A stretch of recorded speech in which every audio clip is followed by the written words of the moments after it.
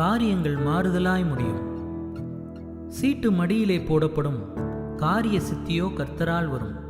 நீதிமொழிகள் 16ஆம் அதிகாரம் 33ஆம் வசனம்.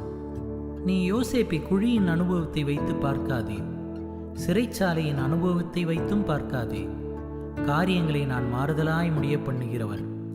இருந்த நிலைமையையும் காரியங்களையும் நான் மாறுதலாய் முடித்து சாத்தியமே இல்லாத இடங்களில் சரித்திரங்களை படைக்க செய்தேன்.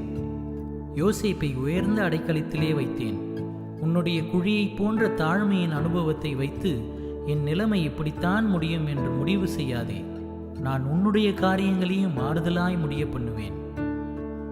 என் தாசனாகிய யோபு சகலத்தையும் இழந்ததை பார்க்காதே.